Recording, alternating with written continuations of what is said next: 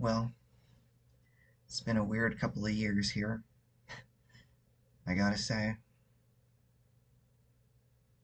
And I think, well, maybe it's time I try, even though it won't get through, to address the person I've probably thought most about, which is, well, yeah, you, Elon.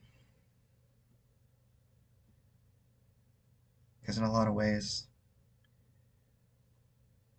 the things I've been doing, they started with a lot of different things, and I don't really have an explanation other than I'm crazy and I let my mental health go and did some not so smart things like smoking too much weed, attempting to quit smoking weed, not eating or sleeping, and then resuming smoking at the height of that. And, well, right at the apex of my first iteration of that was, of course, your infamous moment with the spliff on Uncle Joe's podcast there. And, well, what stuck out, of course, talking about artificial intelligence and potential for high bandwidth neural interfaces. And there's this term parasocial relationship, right? And it often applies to these sort of pseudo celebrities exist on the internet and everybody goes on their chat when they stream and everything. But well, a lot of people have that sort of thing with you, I guess, don't they? Except that's not your, I don't know, not your daily bread and butter. You're actually an engineer. And I don't know. I was so out of it and, quite frankly, psychotic that, yeah, it did feel like you were talking directly to me. And I could somehow, like, I don't know, commune with your mind on some other plane, which of course I can't. But I can listen to you talk, even though I've never seen you, because of electronics, the very things that we're all very afraid of.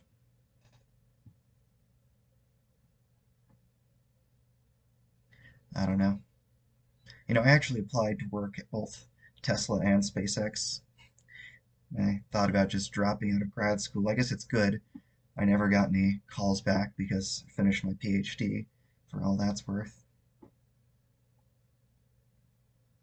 And well, if you recall some lunatic driving past the SpaceX headquarters in Hawthorne, shouting things from the Book of Revelation and predicting the apocalypse, well, sorry about that.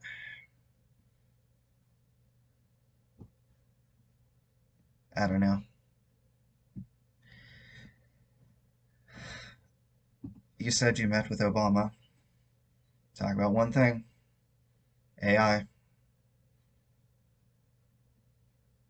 That's basically my deal with you. See, you and I are extremely different. You're what I wanted to be basically my whole life. You actually get things done. You make decisions on the basis of you get yourself in charge of all these projects and you actually make the right decisions based on the science and the technology.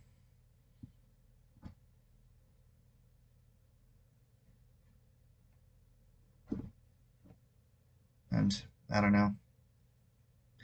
I guess I do have a pet peeve with one thing you say, which is that, take the first principles approach, which is in general a good idea, but you say that there's basically two ways of thinking about things or learning, and those are by analogy or by first principles, and that's really not true, right? If you think about it, really, there's two ways to understand something.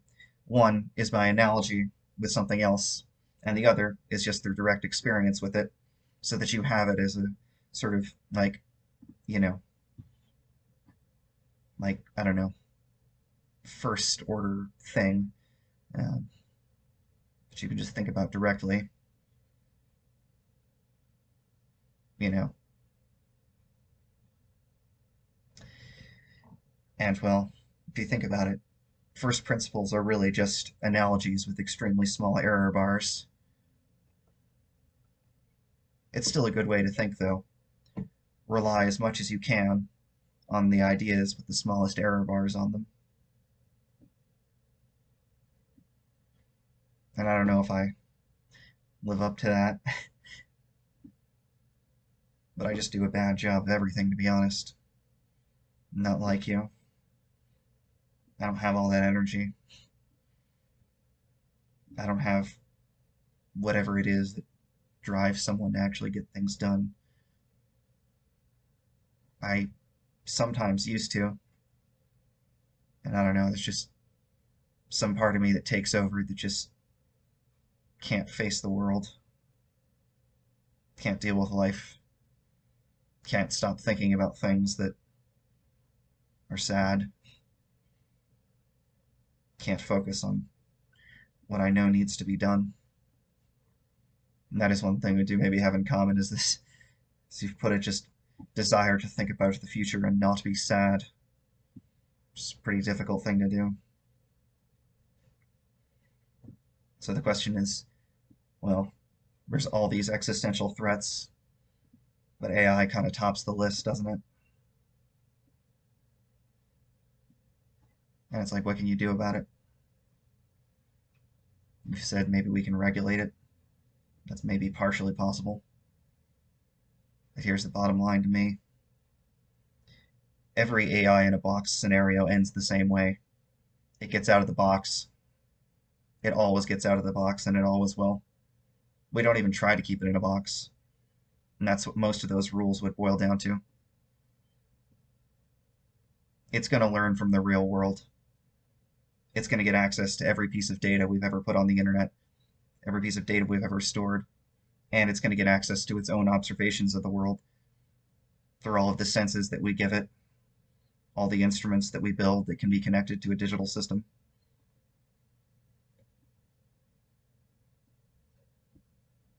And well, it's going to see human history and human behavior and the way the world is structured. And it's just going to look for strategies for success without necessarily any of the lens of what we would consider to be morality.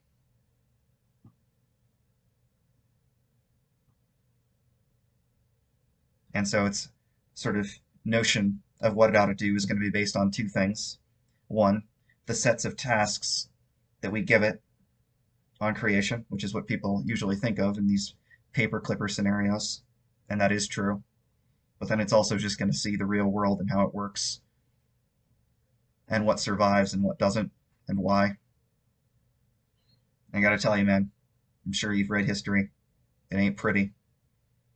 There's a lot of torture, a lot of killing, a lot of horrible things.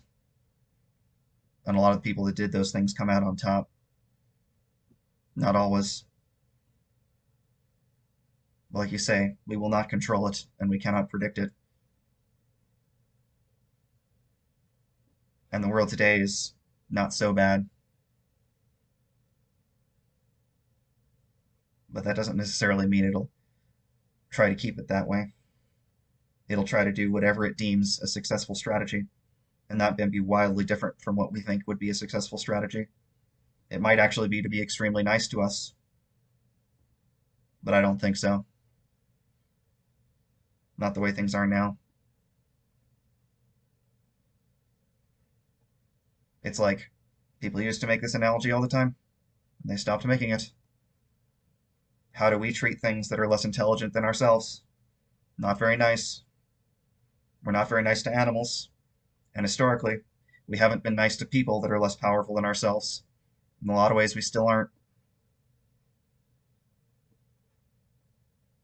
So it's like, why would it be any different? Especially if it sees that that's a successful strategy and nothing has changed. It's like, there is no way you can make AI safe by attempting to alter the algorithms, right? Machine learning is basically just linear transformations and nonlinear curve fitting anyways. The algorithms are going to be whatever is successful too, and someone will build them, and someone will build enough hardware for them to run on, and you can't really stop either one. You can limit the use cases, right? You can make it so that you can't just have arbitrarily powerful artificial intelligence running a paperclip factory, or more realistically, running weapons systems, things like that. And that will help a little bit, but at the end of the day, if you want artificial intelligence to be safer, you have to improve the training data. You have to improve the examples it learns from. And so we are very much in a race against time to improve ourselves, the way we live our lives, and the way the world is before it comes into like the kind of existence that you and I worry about, a real AGI. And I don't think we can do it, to be honest. In the back of my mind, I have the hope that says, of course, I think we can, but if I actually think about it rationally, no, there's basically no way we can. Because of exactly another thing you say. The cortex is not in control. The limbic system is in control. And there are the good parts of the limbic system. Those are actually the things that drive us to compassion. And we try to use the cortex to strengthen the parts of the limbic system that are good, but it just doesn't work because the bad parts of the limbic system are just bad. I don't even know if you've ever seen the movie Forbidden Planet, but well, what can I say? Monsters. Monsters in the end. Good luck, Elon. I'd say see you around, but I know I won't.